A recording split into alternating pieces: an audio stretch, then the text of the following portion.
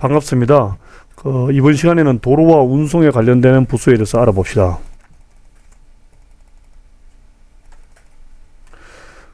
맨 먼저 볼 글자가 단일행자입니다. 단일행. 이 단일행자의 상형 문자를 보면 수레가 다닐 수 있는 큰 길을 이렇게 닦아놓고 그거에 대한 사거리입니다. 사거리. 교차로죠. 이런 교차로의 모습을 본던 것이 바로 단일행자가 되겠습니다. 그래서 단일행자가 들어가는 글자를 보면 거리가자 첫 번째, 단일행자에다가 헛규자, 소리로 사용되는 헛규자가 들어간 글자입니다. 그래서 헛규자가 요즘 보면 단일행자 중간에 들어 있는데요. 단일행자가 다른 글자를 만날 때, 다른 글자가 만나면 다른 글자가 다 이렇게 행자 중간에 들어갑니다. 지금 보시다시피. 그래서 거리가자는 가로등, 가로수 등에 사용됩니다. 그 다음 이제 길에서 충돌할 충자는 단일행자에다 묵을 중자가 합쳐진 글자입니다. 무거운 어떤 차나 이런 것들이, 무거운 것들이 도로 한가운데서 부닥치는 그런 모습입니다. 충돌한다고 이야기를 하죠. 그 다음 길에서 호위할 위자, 높은 사람이, 왕이나 높은 사람이 이렇게 길을 갈 때 호위를 하죠. 호위. 바로 호위입니다. 옆에서 호위를 하는데, 단일행자에다가 가죽 위자가 합쳐진 글자인데요. 가죽 위자 자체도 사실은 원래 이게 이 둘러싸다는 그런 의미를 가지고 있습니다.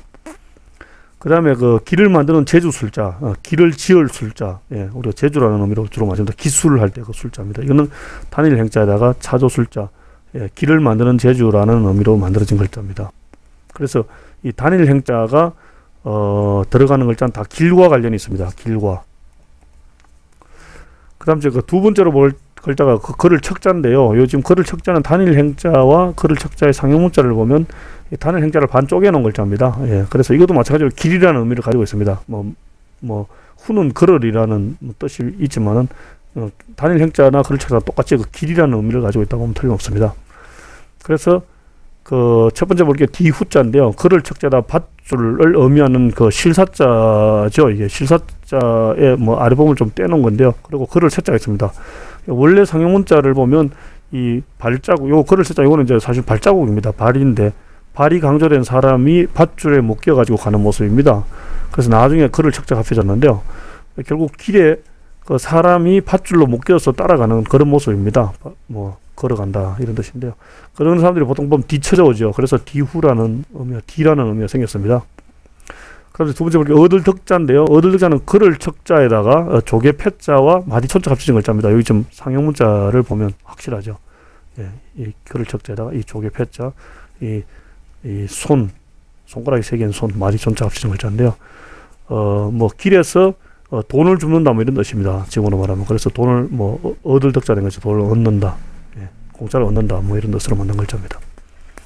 그럼 이제 기다릴 대자는 거를 척자에다가 모실 시자, 이제 길에 상형하고 모실 시자, 길에서 다른 어떤 사람을 모시기 위해서 기다린다는 뜻입니다. 이 모실 시자는 절사자이기도 하죠.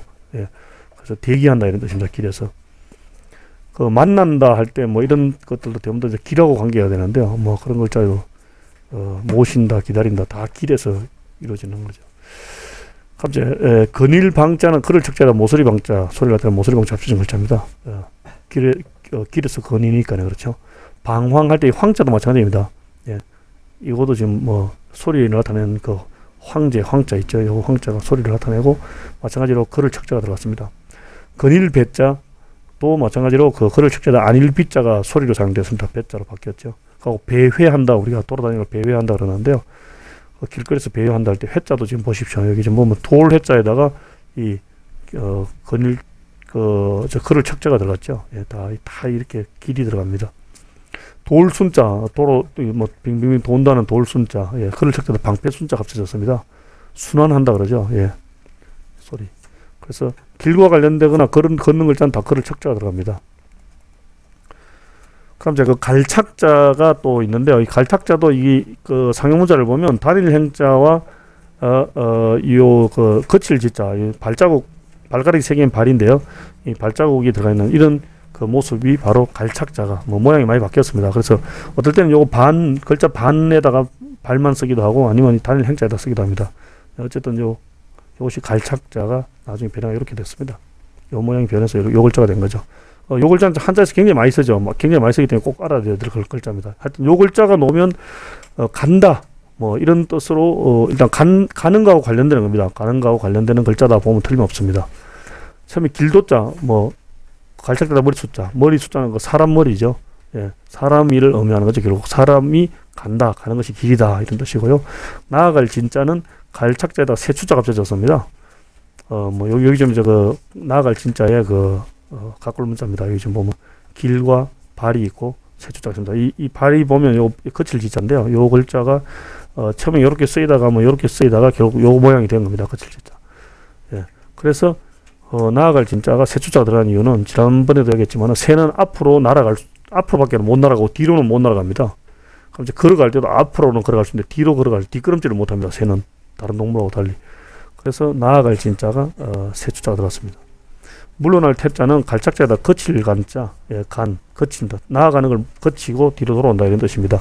예, 진태라 그러죠. 앞으로 나가고 뭐 나갔다 돌아오는 거 진태라 그러죠. 거스를 역자는 보면 갈착자에다 거스를 역자 합쳐진 글자인데요. 요 거스를 역자가 원래 요 글자만 가지고도 거스를 역자가 되는데 나중에 뜻을 강조하기 위해서 갈착자가 들어갔습니다. 요 거스를 역자의 그 상형 문자를 보면요, 큰 대자를 거꾸로 세워놓은 겁니다. 그 사람 큰 대자를 거꾸로 세워가지고 거꾸로 거슬러 간다는 의미를 만든 겁니다. 예. 요 거스를 역자 외울 때 큰 대자하고 같이 외우면 쉽죠.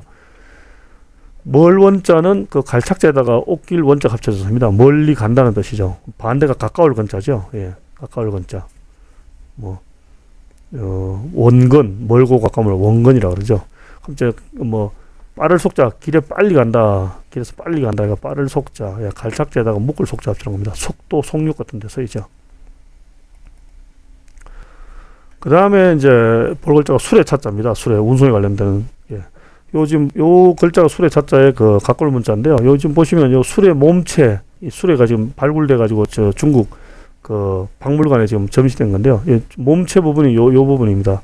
그리고 양쪽으로 바퀴가 두 개가 달려 있는데요. 이걸 위에서 보면 요렇게 짝대기로 보이겠죠. 예, 이 수레를 위에서 보면 그럼 요 굴대 축이죠. 이 축. 이게 축입니다. 축. 예. 그래서 수레를 위에서 보는 그런 글자인데요. 그 수레의 차자에 다른 상형 문자를 보면 이렇게 생긴 거 돼 있어요. 요 지금 보면 여기 보면 재밌는 게 이렇게 꺾어진 이런 게 있는데 여기 뭐냐면 말을 매기한 멍에입니다. 말등에다 이렇게 맨 멍에입니다. 요즘 보면 말등에 이렇게 멍에가 이렇게 달려 있는데 두 마리. 요 멍에가 두 개인데 이 두량자가 요 말멍에 요 모양에서 만든 게 요걸 좀 약간 돌려가지고 만든 게 요 두량자입니다. 두 개. 왜 그러냐면 보통 말 두 마리가 수레 한 채를 걸었기 때문에 그렇습니다. 어느 나라 시대에 전투하는 말들, 수레를 보면 전부 다 말 두 마리가 끌었습니다.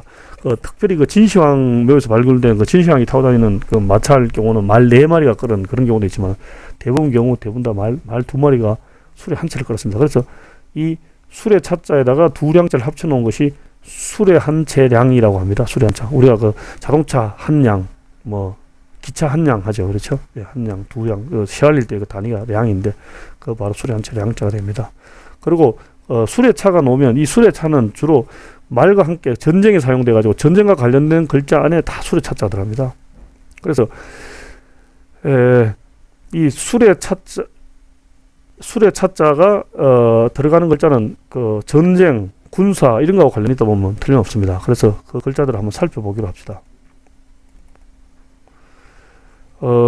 수레차자가 들어가는 글자를 살펴보면 처음에 군사 군자가 있습니다. 요 지금 위에 있는 요것이 사람 인자가 변했다고 하기도 하고 뭐 여러 가지 썰이 있는데요. 뭐 그냥 사람과 수레가 있다 이렇게 생각하십시오. 어쨌든 수레가 있는 요 글자는 군사입니다. 예, 수레는 항상 군사들은 수레를 몰고 다니기 때문에 그렇습니다. 예. 일반 농사 짓는 사람이 수레를 가지고 혹은 말을 가지고 이렇게 농사를 짓다는 기록은 거의 없습니다. 그 이유가 이 당시만 하더라도 전쟁을 쳐서 이기면 상대방 사람을 다 잡아와서 다 노예로 썼습니다.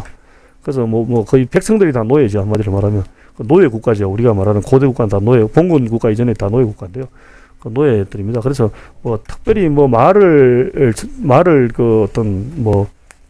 소도 마찬가지고 소도 주로 이제 전부 제사에 사용되죠. 희생으로 사용되는데 소나 말이 그렇게 노동에 투여될 정도로 노동력이 모자랐던 것이 아닙니다. 노동력이 남았으면 남았지. 예. 그리고 옮길 운자할 경우는 갈착자에다가 군사 군자가 합쳐진 겁니다. 군사 군자가 소리 역할도 하면서 동시에 군사들을 군사들이 그 움직일 때 뭐 물건을 옮길 때 썼던 그런 물건으로 됩니다. 군사들을 옮겼다, 간다, 옮겨간다. 연결할 연자는 갈착자다, 수레 차자. 수레가 쭉 여러 대가 연결돼가 간다, 뭐 이런 의미도 있고요. 뭐 여러 대가 가니까 합쳐 연결된 것처럼 보이기도 하고, 그다음에 수레가 가면 그 수레 바퀴가 쭉 이렇게 땅이 패여가지고 그것이 쭉 이어져 연결돼 있다, 이런 의미로도 뭐 만들어진 그런 글자라고 이야기를 합니다. 무리배자는 수레 차자에다가 안일비자가 합쳐진 글자입니다. 소리를 역하는 안일비자. 근데 항상 그 군인들이 그 무리를 지어 다닙니다. 뭐 옛날에 그렇게 무리 지어 갈 일이 별로 없었어요. 그러다 보니까 주로 이제 군인들이 무리를 지어 갔습니다. 뭐 꼭 지금으로 말하면 조직폭력배처럼 그냥 떼지어 다니죠. 뭐 차를 타고 다니죠. 지금도 뭐 조직폭력배들 보면 맨날 차 타고 뭐 떼지어 다니죠. 보면 우리 영화 보면 맨날 그래 다니는데, 마찬가지로 무리배자 이 차를 타고 다니는 그 군인들의 무리다, 이런 뜻입니다. 그럼 이제 진칠 진자, 언덕붙자에다 수레 차자입니다. 언덕 위에다가 수레를 갖다 놓고 진을 치는 겁니다. 뭐 당연히 진을 칠 때는 언덕 위에서 쳐야 되겠죠. 뭐 공격을 하든 수비를 하든 언덕 위가 훨씬 유리하죠. 상대방을 관측하기도 쉽고, 또 밑에서 올라오기 때문에 위에서 공격하기도 쉽고. 예. 그래서 진칠 진자, 진자, 수레 차자를 합쳐놓은 겁니다. 칠격자, 손으로 친다는 의미에서 손수자가 들어가고요. 그 다음에 나머지 손자를 제한 나머지 글자가 수레가 서로 부닥칠 격자입니다. 이 수레가 이 옆에 뭐 부닥친다는 의미로 이렇게 그려놓은 것입니다. 요것도 그 칠 숫자인데요. 이 치다는 의미입니다. 뭐 부닥치다. 요 글자가. 그 다음에 그 지휘할 희자도 그 손수자에다 군사군자, 손으로 지휘하죠. 군사들 지휘한다는 의미로 만든 글자입니다. 실어낼 숫자, 수송한다는 의미죠. 수출한다, 뭐 실어낸다. 수레 차자에다가 점점 유자가 합쳐진 겁니다. 또 소리를 나타내는 점점 유자. 그 다음에 이 수레 차자에다 물줄기 경자를 합치는 것이 빠를 경자 혹은 가벼울 경자랍니다. 수레가 가벼운 것이 빠르죠. 빨리 갈 수 있죠. 그래서 우리가 그 경차라고 하는 거, 이 경자, 뭐 가벼운 차, 마티즈 같은 거 경차라 그러죠. 티코나 마티즈를 경차라 그러는데, 빠를 경 혹은 가벼울 경자입니다.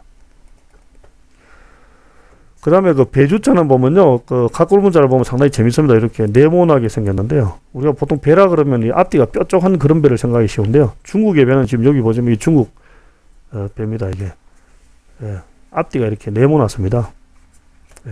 그래서 요 네모난 배를 나타낸 것이 바로 이 배주자의 상형 문자고, 또 그 모양이 변한 게 바로 배주자입니다.